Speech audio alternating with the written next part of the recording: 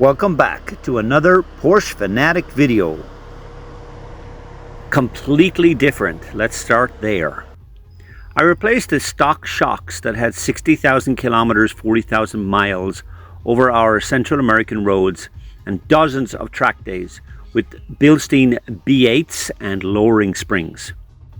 Now, this is not a technical video, but an overview of how they feel and perform, especially under pressure.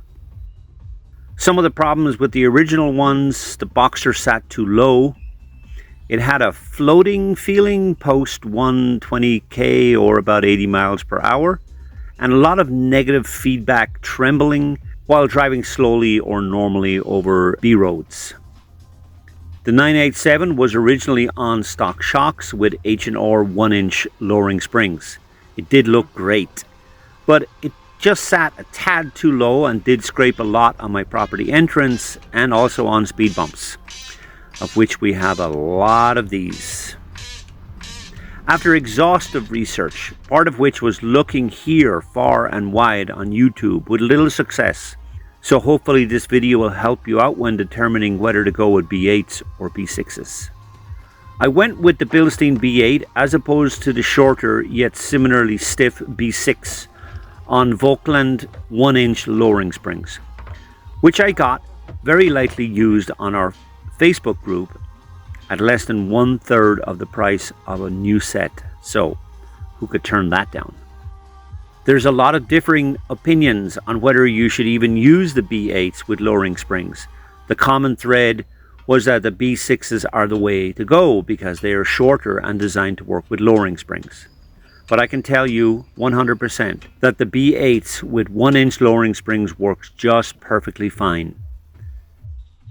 The B8s and the B6s have the same stiffness and shaft diameter. The B6s are just a little bit shorter and quote unquote designed for lowering springs, but B8s work just great. The fit is perfect and the springs are tight. Ride height came up an unexpected 8 millimeters, close to 1/3 of an inch, so she still looks great, low slung, but now all the former scraping is gone. Nice.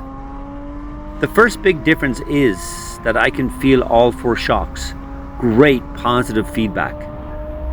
Slow speed is quite similar, but without the negative feedback trembling of the originals.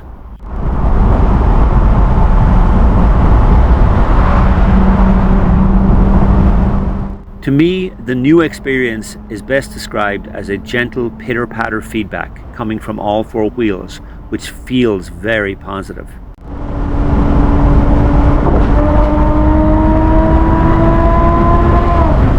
At medium speeds on the highway up to 60 miles an hour, it is the same as the slow speed with all 4 feeding back nicely. When lane changing in a hurry or avoiding something in the way, it is rock flat and super responsive.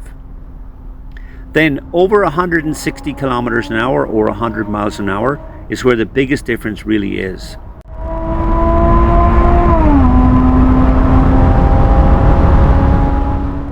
Firstly, the floating feeling is gone, and that pitter-patter dims to a smooth yet planted glide. And best of all, on the twisties, this is where there's a massive improvement over the former setup. It is so much better in the corners, flat and controlled. A worthwhile upgrade for sure.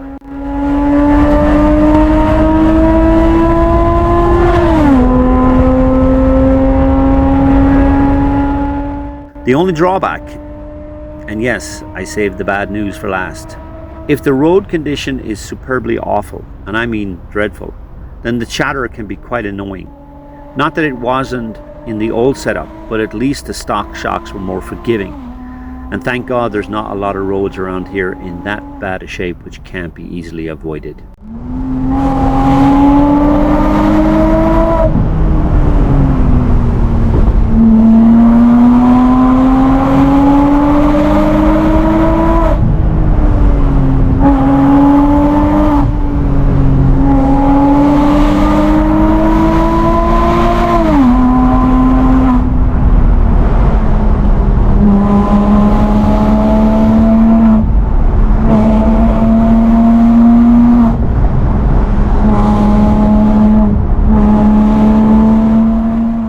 I hope you enjoyed this video from the Porsche Fanatic channel. Please subscribe and comment if you wish.